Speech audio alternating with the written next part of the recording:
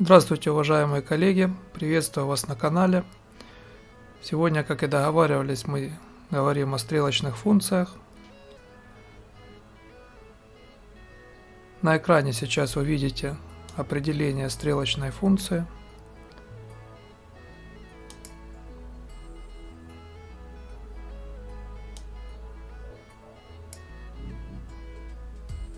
Слева мы указываем в круглых скобках аргументы, то есть входные параметры стрелочной функции. Затем идут два символа равно больше, которые вместе похожи на стрелку. Отсюда и название стрелочной функции. Дальше идет тело функции. В фигурных скобочках в данном случае один оператор return, который возвращает сумму из двух входных параметров. Хорошо, стрелочные функции бывают только анонимные. Мы не можем задать имя стрелочной функции без оператора присваивания. Поэтому синтаксис для создания стрелочной функции, если мы хотим ей дать какое-то имя, всегда будет вот такого вида. То есть мы определяем константу, имя задаем и дальше присваиваем этой константе стрелочную функцию. Так, хорошо. Если у нас стрелочная функция содержит только один входной параметр, в этом случае мы можем круглые скобки не указывать.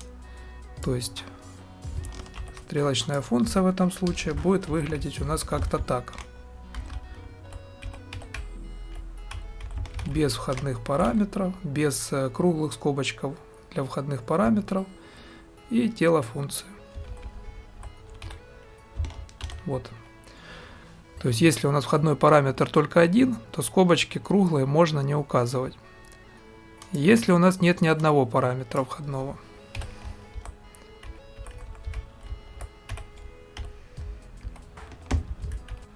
В этом случае нам нужно обязательно указать пустые круглые скобочки. Если мы этого не сделаем, будет ошибка. Вы видели, было подчеркивание красной волнистой чертой, значит, что ошибку. Среда разработки нашла ошибку. Хорошо. Идем дальше.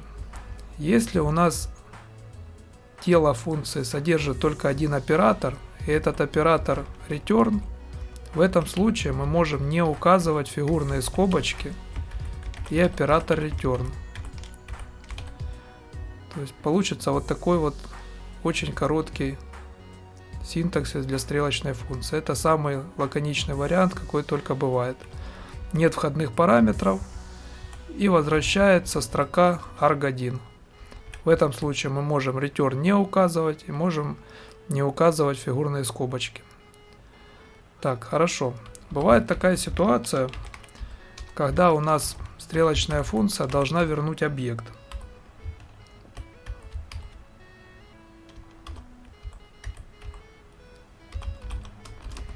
Вот такого вида.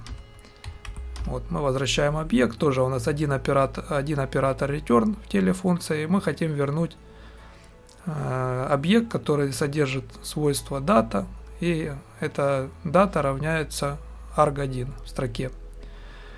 Мы написали, вот вроде бы все нормально, но в этом случае наша функция будет возвращать совсем не те данные, которые мы ожидаем. Это связано с тем, что фигурные скобочки будут интерпретироваться как тело функции.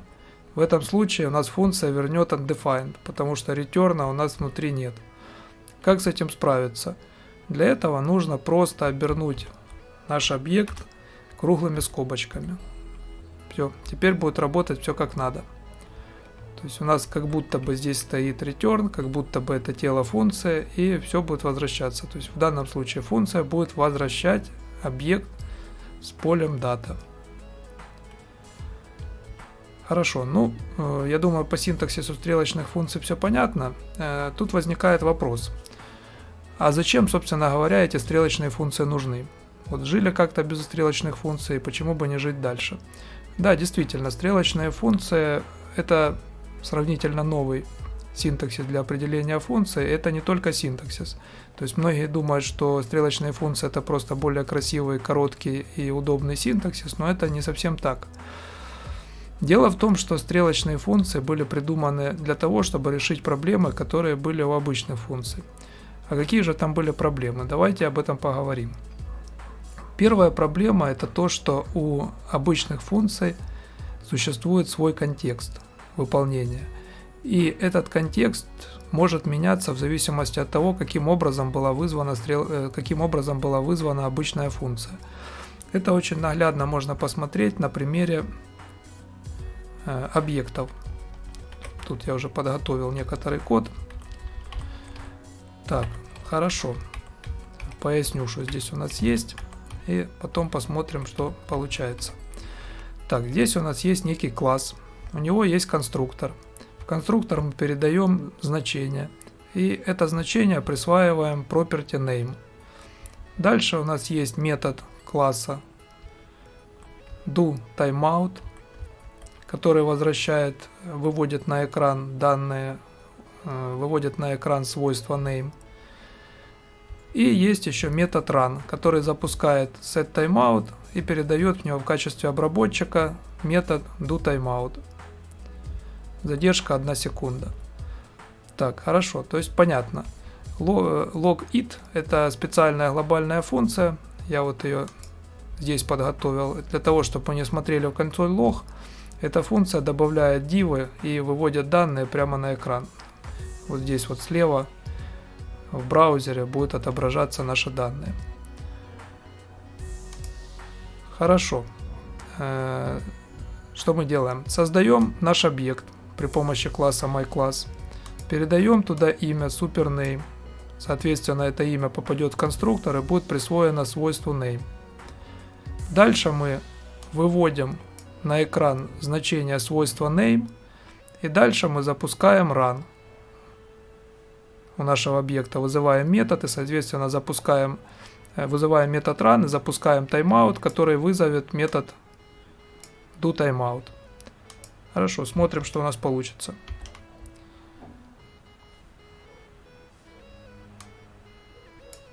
Здесь мы получили правильное supername, то есть то имя, которое мы передали.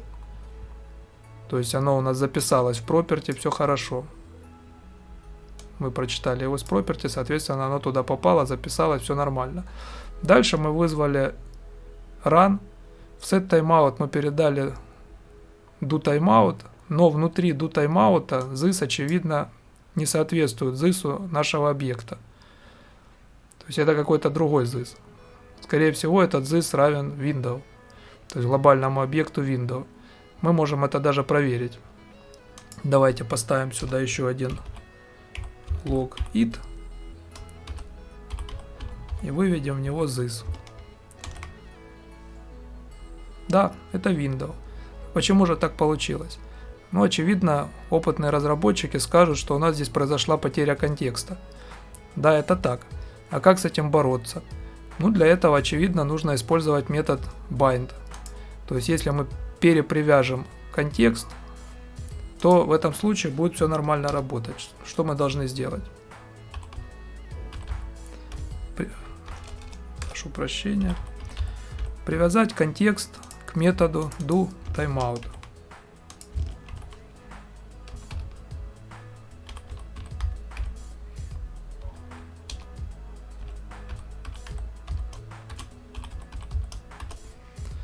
Вот таким вот образом. То есть мы привязываем к методу timeout контекст, привязываем метод this, и в этом случае метод this, объект this, этот объект this будет this для вот этого метода, вне зависимости от того, каким образом мы его вызовем. Давайте проверим, что сейчас произойдет. Вот сейчас все нормально. И property у нас прочиталось, и правильный объект this вывелся. Вот, то есть для того, чтобы, используя методы объектов, передавать их в setTimeout, либо в другие, например, методы массивов, либо в обработчике промисов, мы должны обязательно привязывать контекст, иначе мы его потеряем и будем обращаться не к тому this, к которому нам нужно. Вот. Для того, чтобы привязать эти все контексты в конструкторе, мы должны использовать bind. Вот такой вот базовый синтаксис. В чем тут проблема? Проблема в том, что эти байнды могут занимать целый экран. Если у нас много методов, мы используем много обработчиков, то у нас внутри конструктора класса будет длинная вот такая вот колбаса из этих байндов. Вот, то есть мы выполняем дополнительную работу, и при этом как бы она не особо нужна. То есть, точнее, она нужна, если у нас нет стрелочных функций. Но если мы используем стрелочные функции, то она совсем не нужна. То есть в чем преимущество стрелочных функций в данной ситуации? Мы можем не использовать bind, мы можем всего лишь навсего создать стрелочную функцию для doTimeout. И в этом случае все будет работать как нам нужно. У этого решения есть проблемы. Связаны они с тем, что если мы будем наследовать этот класс и захотим, в общем, при наследовании могут возникнуть проблемы. Если вы хотите разобраться, в чем тут дело, то можно погуглить и найти. Это хорошо описано в интернете. Вот. Если используется наследование классов, то использовать стрелочные функции нельзя, потому что там происходят сложности с перепривязкой контекста, и, соответственно, у наследников класса будет работать все не так красиво, как нам хотелось бы. Но в том случае, если наши классы не используют наследование, если у нас это какой-то класс, который решает узкоспециальную задачу, то очень даже хорошо все работает.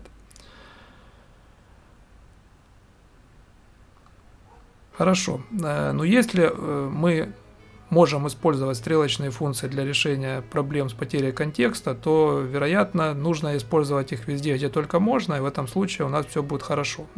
Это, конечно, так, но не совсем. То есть, если мы работаем со стрелочными функциями, мы должны четко понимать, где мы эту функцию создаем и какой контекст она будет захватывать. Это очень хорошо посмотреть на втором примере. Так, давайте переподключим.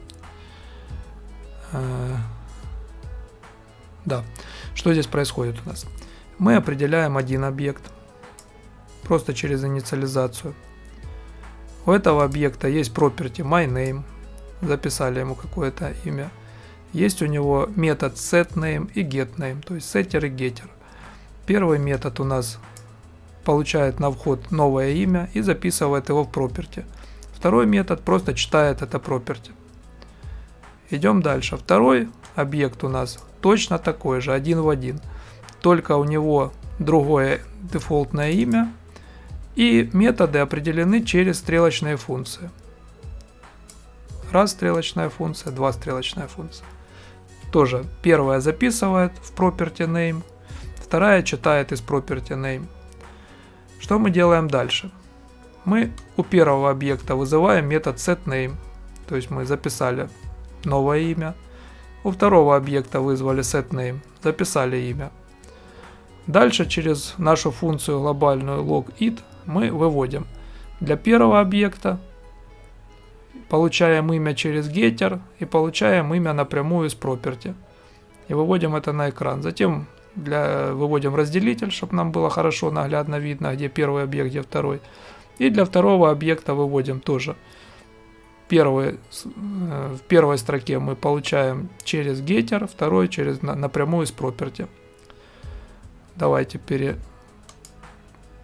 привяжем другую функцию, другой файл и вызовем.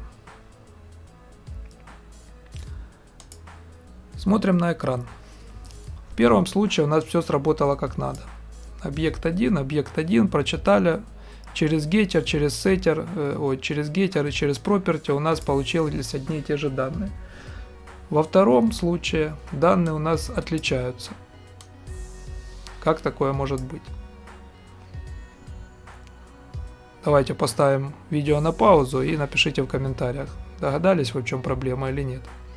То есть никаких эксепшенов нет, можем открыть консоль, посмотреть. Давайте обновимся. Вот, все обновилось. В консоли никаких ошибок нет, все хорошо. То есть никаких ошибок не произошло, все выполнилось, но при этом почему-то во втором случае у нас когда мы читаем через getName, мы получили правильное значение, а когда читаем прямо из property, оно у нас осталось неизменным, то, которое мы по дефолту первое. При создании объекта мы указали дефолтное имя. Ну, проблема здесь очевидна как раз с захватом контекста. То есть, когда мы создаем стрелочные функции сразу при определении объекта через инициализацию, то в данном случае у нас стрелочная функция со 100% гарантией будет создаваться до того, как создастся сам объект. То есть сначала создается стрелочная функция, захватывает какой-то контекст, в данном случае глобальный, и только после этого будет создан объект. Соответственно, this для стрелочной функции при таком способе определения объекта объект никогда не будет. Вот. И если мы напишем такой код или подобный на этот код, то есть не сильно будем учитывать, когда у нас создается стрелочная функция, какой именно контекст она захватила, то очень легко получить ошибки, которые трудно диагностируемы. Потому что мы setName записали, потом getName проверили, getName вернулся тот, который мы записали. Вот. А почему он вернулся такой? Потому что у нас в this-то существует. This это глобальный объект. И мы в глобальный объект по property myName, до того, как мы вызвали эту строку, этого property не было, но мы его создали, это свойство, и в него записали данные. Вот если сейчас мы посмотрим, давайте, чтобы не быть голословным, откроем терминал и посмотрим здесь. Window, myName. Вот куда мы записали наше property. То есть оно есть, и мы отсюда его можем прочитать. Но когда мы будем читать и писать через сеттеры и геттеры, мы на самом деле пишем и читаем не внутри нашего объекта, в глобальный объект window. Хорошо. То есть я думаю, с этим понятно. Так когда же все-таки нужно и очень удобно использовать стрелочные функции?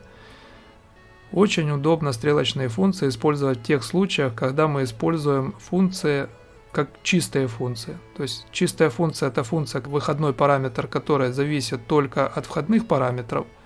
В этом случае стрелочные функции подходят отлично. То есть, например, мы можем использовать стрелочные функции внутри методов массивов. Вот, в данном случае мы берем какой-то массив, у элементов которого есть ID, и создаем новый массив, который будет содержать только ID. Синтаксис очень лаконичный, краткий, понятный. То есть входной параметр элемент и выходной параметр у нас элемент ID. Все. В том случае, когда мы работаем с тайм-аутами. Потому что наша стрелочная функция, переданная в тайм-аут, захватывает текущий контекст. То есть где бы мы этот тайм-аут не вызвали, он захватит тот this, который был в этом месте. То есть если это внутри объекта, то захватит this этого объекта. И соответственно внутри функции тайм-аута мы можем легко обращаться к объекту. Получать его property, вызывать его методы и так далее. В том случае, когда мы работаем с промисами. Вот. Например, у нас промис возвращает какую-то дейту. В этой дейте есть метод JSON. Ну, если это, допустим, fetch, результат работы fetch, то там есть метод JSON. То есть мы преобразуем данные, которые пришли с сервера в JSON формат. Вот, и мы можем это сделать вот такой лаконичной записью. То есть data на вход, data.json отправляет результат работы функции JSON на выход. Более того, это будет промис. Вот, то есть мы можем составлять цепочку промисов. Здесь, если дальше напишем then, то можем уже вот внутри этого then получим JSON. Вот. Как-то так.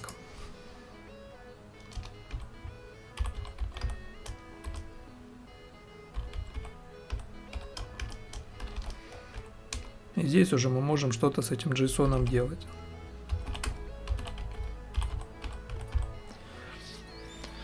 На этом, я думаю, можно закончить.